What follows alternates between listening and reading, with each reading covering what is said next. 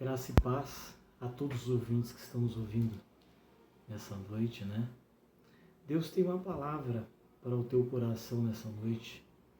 Eu quero abrir a Bíblia aqui, o livro de 1 Samuel, capítulo de número 1 em diante. O título é Eucana e suas mulheres, né? O título do texto. E houve um homem de Ramataim Zofim, da montanha de Efraim, cujo nome era Eucana, filho de Jeroão, filho de Eliú, filho de Tou, filho de Zuf Efrateu. E este tinha duas mulheres, o nome de uma era Ana e o nome da outra Penina. Penina tinha filhos, porém Ana não tinha filhos. Subia, pois, este homem da sua cidade, de ano em ano, a adorar e a sacrificar ao Senhor dos Exércitos em Siló. E estavam ali os sacerdotes em Siló, Ofni e Finéias, sacerdotes do Senhor, os dois filhos de Eli. E sucedeu que no dia em que Eucana sacrificava, dava ele porções do sacrifício a Penina, sua mulher, e a todos os seus filhos e a todas as suas filhas. Porém a Ana dava uma parte excelente, porquanto ele amava Ana. Porém o Senhor lhe tinha cerrado a madre, e a sua competidora excessivamente a irritava para a embravecer, porquanto o Senhor lhe tinha cerrado a madre. Vendo esse texto aqui sagrado, eu quero pregar debaixo do tema, né? Palavra revelada que Deus tem nos dado nessa noite. O inimigo quer te irritar, né? A gente analisando, vendo esse texto aqui sagrado, nós vemos um homem por nome Eucana, e ele tinha duas mulheres, uma se chamava Penina e a outra se chamava Ana. Naquela época havia o costume da bigamia, poligamia, né? O homem se casava com mais de uma mulher. E nós vemos também na Arábia, alguns países árabes, existe esse costume ainda, né? De um homem se casar com muitas mulheres, né? Cultura até hoje lá. Claro que nós no mundo ocidental somos diferentes, né? Então, nós casamos somente com uma esposa, né? Somente com uma mulher. Então, nós entendemos aqui no texto sagrado que naquela época, eu acredito, quero entender aqui, lendo esse texto, eu acredito que Ana foi a primeira esposa de Eucana. Foi aquela mulher que ele amou, que ele se apaixonou, né? Que ele desenhou ali para o seu casamento. E eu acredito aqui, começo a conjecturar aqui com as minhas ideias, que como ele se casou, eu acredito que Ana, com certeza, como toda mulher, né, a maioria das mulheres, pelo menos que eu conheço, a minha esposa, né, hoje nós temos dois filhos, temos o Miguel, de 6 anos, e o Davi, de 4 anos. Toda mulher sempre tem um sonho de ter filhos, né? Esse é o sonho da mulher, ser mãe, né? E eu acredito que com Eucana também ele tinha sonho de ser pai, como eu também, né? Hoje é um sonho realizado, eu sou pai de 2 filhos maravilhosos, 2 crianças lindas. E eu creio que também Eucana tinha sonho de ser pai, né? E ali ele se casa com Ana, ele era apaixonado com certeza, né? Amando ali a sua primeira esposa, mas de repente Ana não lhe dá filhos. E naquela época, a mulher que ela não tinha filhos, ela era considerada como uma pessoa maldita, né? Como se fosse uma maldição divina. Né? Pela lei de Hammurabi, ela não era querida, né? Ela era como se fosse uma pessoa amaldiçoada por Deus, vamos dizer assim. Né? Então, ele se casa, acredito, com a segunda esposa, com Penina. Não digo que Eucana não gostava de Penina, não é isso que eu quero dizer aqui no texto. Mas ele também se casa com Penina. E com Penina acontece diferente. Com Penina, ele tem muitos filhos e muitas filhas com Penina, né? A família cresce e ali Penina lhe dá muitos filhos, né? Penina frutifica, Penina dá muitos filhos para Eucana. Eu acredito que Eucana ficou muito feliz em ter muitos filhos, porque é sonho, era um sonho dele, com certeza, em ser pai, né? E a sociedade nos rotula muito por aquilo que nós temos, não por aquilo que nós somos, né? E com certeza aqui também não era diferente, né? Penina, com certeza, onde ela ia, ela era aplaudida, ela era ovacionada, né? Se fosse nos dias de hoje, queriam tirar uma selfie com Penina, né? Estendia um tapete vermelho para a Penina passar. Então, onde Penina ia, ela tinha, né, ali aplausos, né? Ela era bem falada, ela era honrada, ela era homenageada. Mas com Eucana eu acredito que isso não acontecia. Porque quem olhava para Ana dizia: tem algum problema com Ana, né? Por que Ana não dá à luz a filhos? E nós entendemos que aquilo, lendo esse texto aqui, que de ano em ano aquele homem iria com a sua família em 2 caravanas ali para Siló sacrificar o Senhor. Era uma festa que havia, né, em Siló. E ali eles iam adorar a Deus. E Ana todo ano ia adorar o Senhor. Eu acredito que Penina todo ano voltava feliz da vida, porque sempre tinha filhos. E Ana estava triste, estava abatida, angustiada, porque ela estava passando um momento difícil. E quando nós muitas vezes lutamos de um lado, lutamos de outro, tentamos realizar alguns sonhos que nós temos e nós nos frustramos, nós ficamos abatidos, nós somos seres humanos.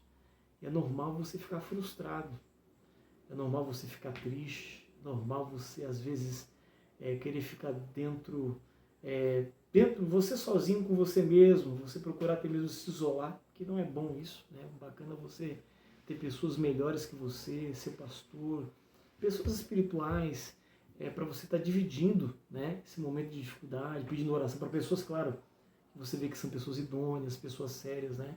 Homens e mulheres sejam de Deus, que tem um exemplo, tem um caráter, tem um testemunho, para que você peça ajuda também para essas pessoas. Mas às vezes a gente fica triste, fica abatido, e nós não temos aquela energia que nós tínhamos no começo, e essa energia vai se esgotando. Eu acredito que com Ana também não foi diferente. O tempo foi passando, e ela foi ficando triste, foi ficando abatida, e aquela energia que ela tinha foi acabando no decorrer do tempo.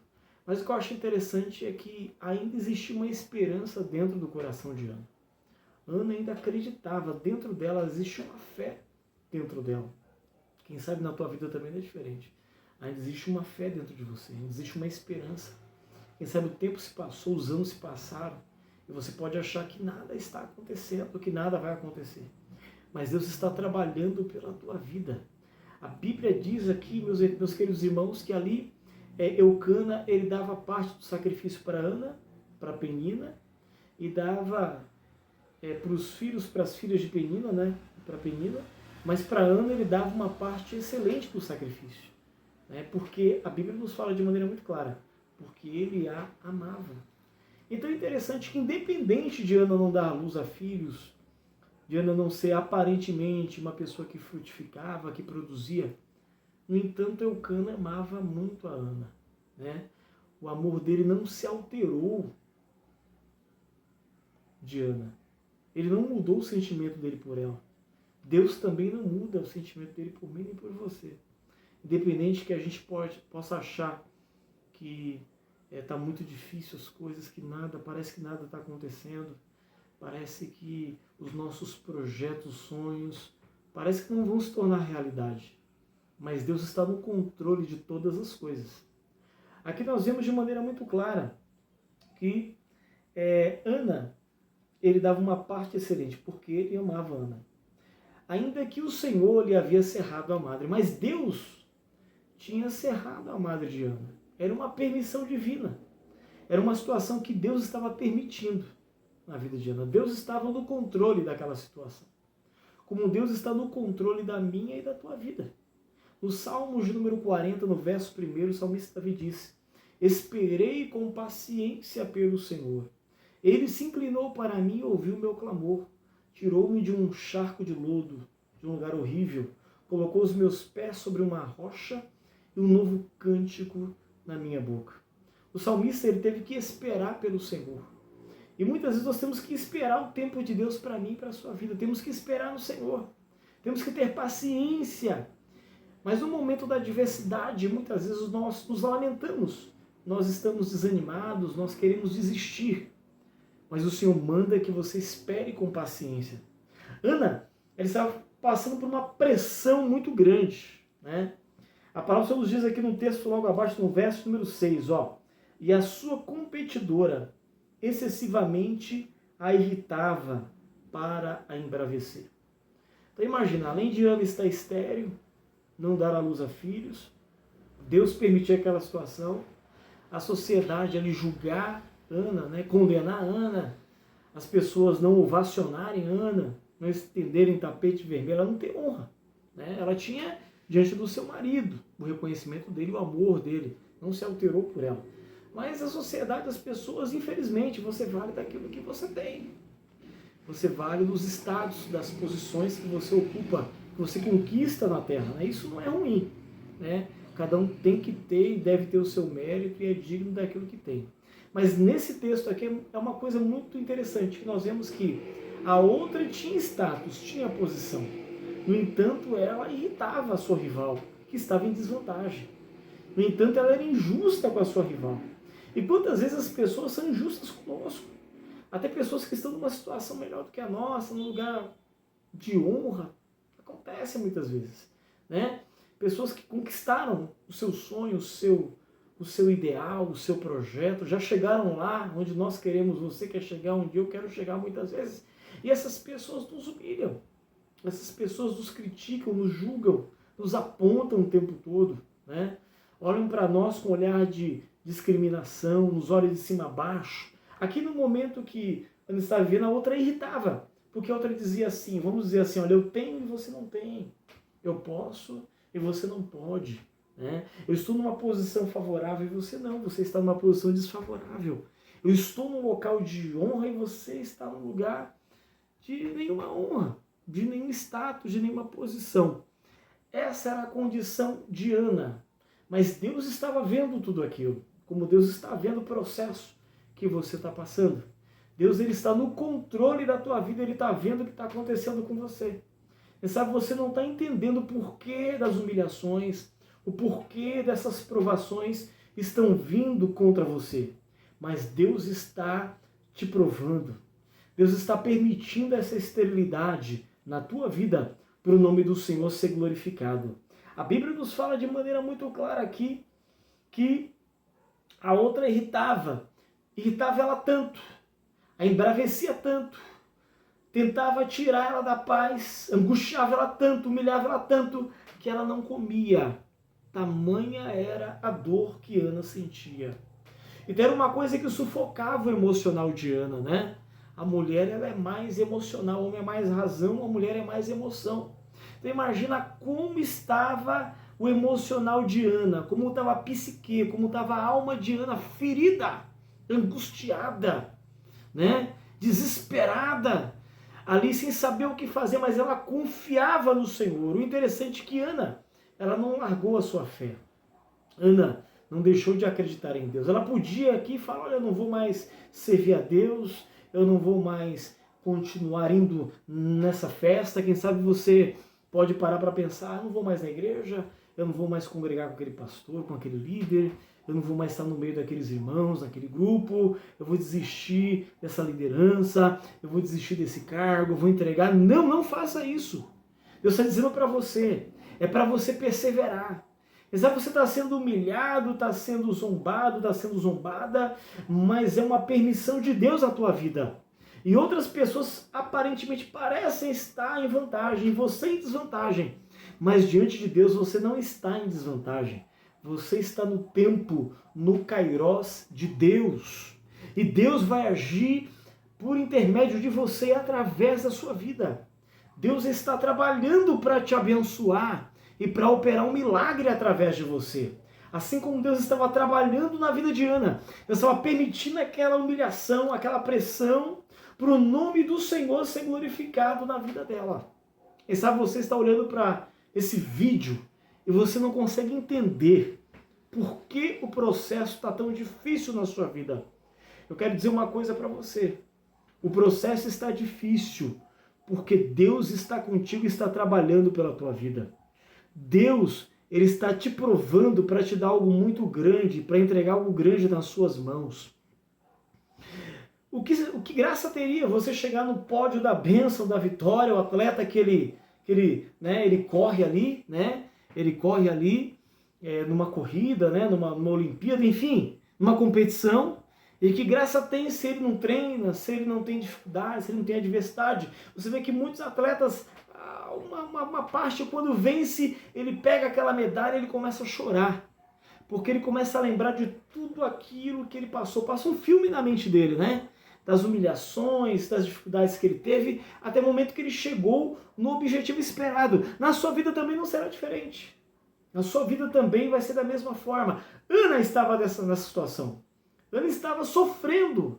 Ela estava chorando. Ela estava num momento difícil. E Deus permitiu ela passar por aquelas emoções difíceis. Deus permite o seu emocional ser abalado. Deus permite a sua psique ficar abalada. A sua alma ficar angustiada. Deus permite para que você pague o preço pela vitória que Ele tem preparado para você. É isso mesmo, para que você pague o preço. Para a bênção de Deus ser liberada sobre a tua vida. É um preço que você está pagando. Para que o nome do Senhor seja glorificado através de você. Porque somente os humilhados serão exaltados, não os exaltados. Aqueles que estão em honra não precisam de honra, mas você que está sendo humilhado, é você que Deus quer exaltar. É você que Deus quer honrar. É você que Deus quer celebrar. Então nós vemos Ana passando por uma situação muito difícil, sem aplausos, vivendo uma situação difícil, uma vida de humilhação.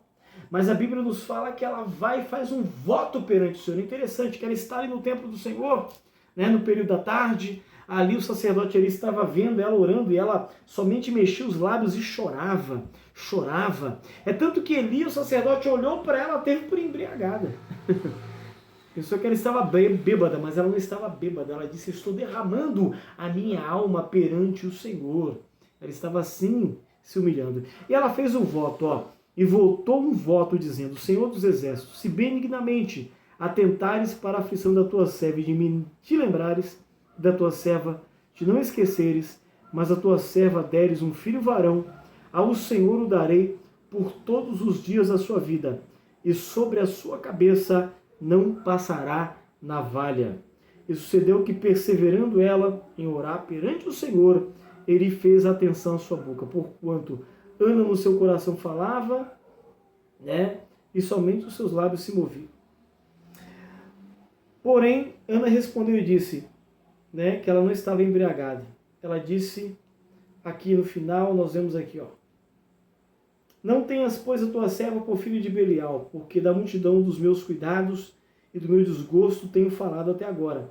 Então respondeu ele e disse, vai em paz, e o Deus de Israel te conceda a tua petição que lhe pediste. E disse ela, ache a tua serva graça em teus olhos. Assim a mulher se foi no seu caminho e comeu, e o seu semblante já não era triste. Olha que interessante. Ana passou por um momento difícil na vida dela, uma fase difícil. Mas a Bíblia diz que depois que ela orou, que ela se derramou diante do Senhor, o sacerdote entendeu que ela estava orando a Deus, né? E ela fez um voto. Ela falou assim, se o Senhor me der um filho, eu faço um voto diante do Senhor. Eu vou entregar ele para te servir todos os dias da sua vida. Sobre a sua cabeça não passará navalha, será um nazireu consagrado para o Senhor, somente a serviço de Deus. Então Ana fez um voto que ela disse que ela entregaria o que ela mais amava, o que ela mais queria diante de Deus. E Deus ouviu a oração de Ana. E o interessante é que depois que Ana orou, que Ana chorou, que ela se levantou, o texto diz que o seu semblante já não era mais triste. O Espírito Santo consolou o coração dela naquele momento. Ela entendeu que Deus iria responder a sua oração. O Espírito de Deus fez ela entender isso. E o sacerdote disse, vai em paz. O Senhor seja contigo. E ela foi embora. A Bíblia fala que depois de um ano, ela deu à luz a um filho. E o seu nome se chamou Samuel. Né? Nós sabemos que Samuel foi um vulto do Velho Testamento. Foi sacerdote, foi profeta de Deus. Né? Ele só não foi rei, mas ele foi um homem que Deus dava tremendas revelações. Você não vê aqui na Bíblia Sagrada, você não vai ver na Bíblia, você pode ler aqui, você não vai ver um livro com o nome de nenhum filho de Penina, nem filha dela. Mas o nome de Ana, você vai ver primeiro e segundo a Samuel. Deus não deu uma bênção para Ana, Deus deu a bênção para Ana. Deus está dizendo para você que Ele não vai te dar uma bênção pequena, Ele vai te dar a bênção, aquilo que vai fazer com que o nome do Senhor seja glorificado na sua vida, na sua história.